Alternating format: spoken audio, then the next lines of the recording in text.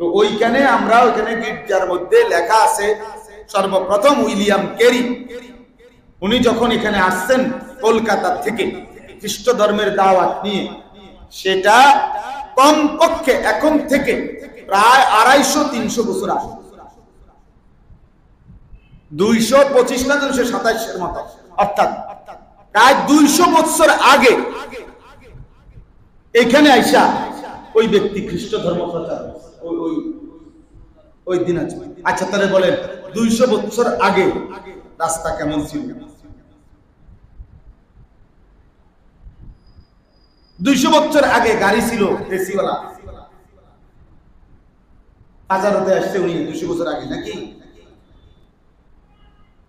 বলে প্রিয় ভাই আমার, কমপক্ষে নিজের সীমানাটুকুই আমরা খবর লাগাই। নিজের যেটুকু ছোট্ট বাংলাদেশ, যেটা ওয়ার্ল্ড ম্যাপে বিশ্ব মানচিত্রে নিজের জায়গাটা পুরোটা লিখতে পারে না। বাংলাদেশ পুরো লিখতে হলে এর জায়গা নাই। এই বিশ্ব মানচিত্রে যে জায়গা আমাকে বরাদ্দ, এর দূরের মধ্যে বাংলাদেশ অক্ষর বেশি, জায়গা কম, হয়তো আশপাশ থেকে কিছু হাওলাত দিতে হবে। এই সামান্যটুকু জায়গা এটার হিসাব করে বিবেকবান যারা, বিবেকবান যারা ঝগড়া করার সময় কই, ধাক্কা ধাক্কির সময় কই, ঠেলাঠেলির সময় কই, সময় কোথায়? প্রতিদিন কি পরিমাণ আল্লাহর বান্দা মুসলিম পরিচয়ধারী, কি পরিমাণ মা বোন বেপরদা, কি পরিমাণ মা বোন বেপরদা। বলেন মহিলাদের চলাফেরা বাজারে ঘাটে দেখলে মনে হয়, মাঝে মাঝে জিজ্ঞাসা করতে মন চায় যে উনি বাড়িতে থাকে কখন। আপনাদের অঞ্চল আমি জানি না, আমি আমাদের অঞ্চল, অর্থাৎ মনে হয় যেন বেশিরভাগ টাইমে বাইরে বাইরে, এই জন্য ঘরে থাকে কখন এটা হয়তো আমরা জানি না, নিতে হইব উনি ঘরে থাকে, ঘরে থাকে, ঘরে থাকে। সামান্য ফাঙ্গাস মাছ, তেলাপিয়া মাছ মহিলা কিনবে, পুরুষ কিনলে চিনে না, পুরুষ কিনলে ভালো পড়ে না, বুঝলেন?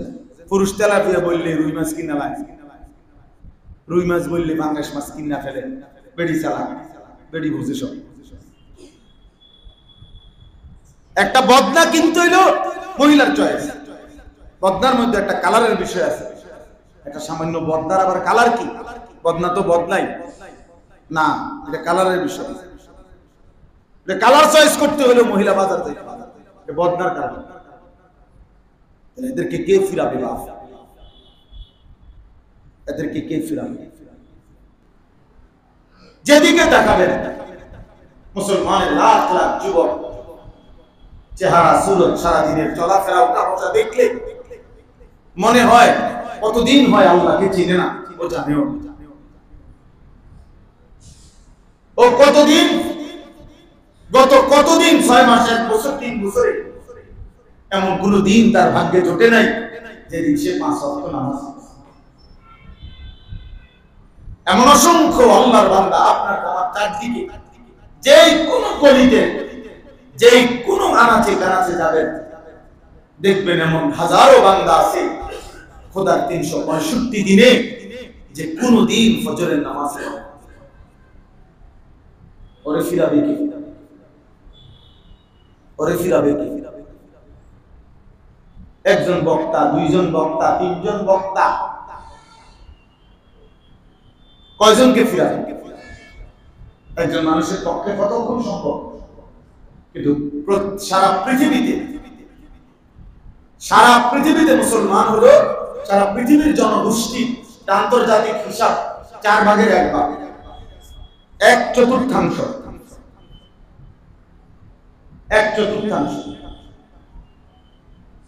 তাহলে মনে করেন সারা পৃথিবীতে মানুষ 60 জন, তো মুসলমান কয়জন?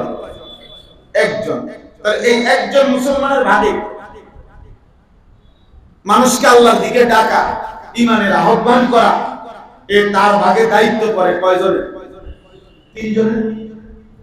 সে তো 1 জন আছে, তো সে আল্লাহর কথা পৌঁছাবে কয়জনের কাছে? বুঝছেন নি হিসাবটা? মানে একটা হিসাব বললাম স্বাভাবিক। যদি পৃথিবীর প্রতিটা মুসলমান সর্বাধিক 3 জন মানুষের দায়িত্ব নেয়, আমি 3 জন মানুষকে কালেমার দাওয়াত দেব, আল্লাহর দিকে ফেরাবার চেষ্টা করব বিধর্মী, তাইলেও পৃথিবীর সমস্ত মানুষের কাছে কালেমার দাওয়াত, ইসলামের আহ্বান পৌঁছে যাবে।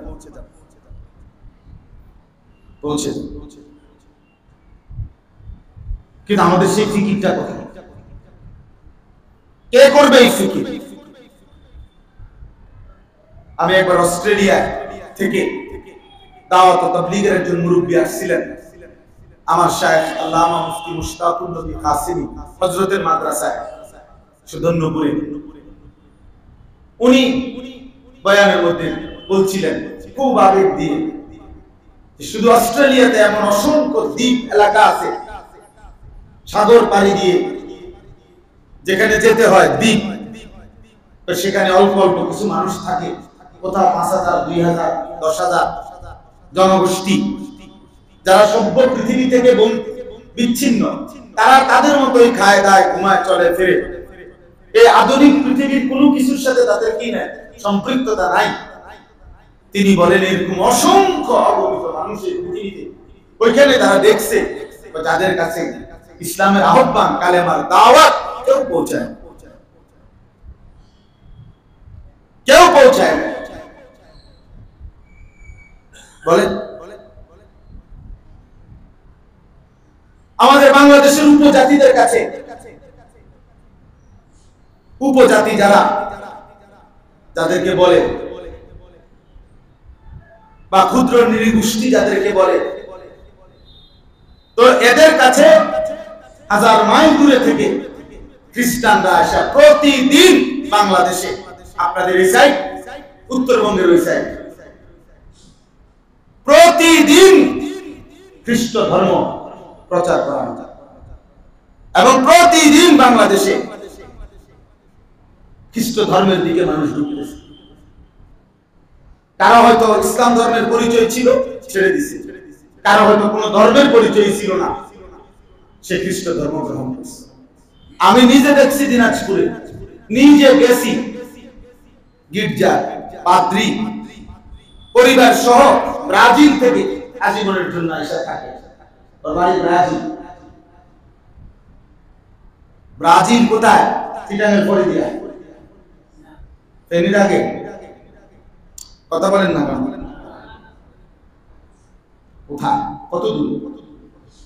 সেখান থেকে এসে এই বাংলাদেশে এসে দিনাজপুরে আমার গাড়িটা নিয়ে যাইতে কুইশার মানে আখের আমরা কি করেন, কুইশার আখ, এই আখ বাগানের ভিতর দিয়ে অনেক কষ্ট করে পুরাটা রাস্তা ভাঙ্গা ফেকনা ফেকনাওয়ালা, ওইখানে আমরা যখন দেখতে গেছি, আমি গত বছর আমি দিনাজপুরে এক চিল্লা সফরে ছিলাম, তখন দেখতে গেছিলাম, তো ওইখানে দেখছি আজকে এখনকার যুগে এসে রাস্তা এত বিদ্যুটে যে পিচ তো নাই, সলিডও নাই, মাটি,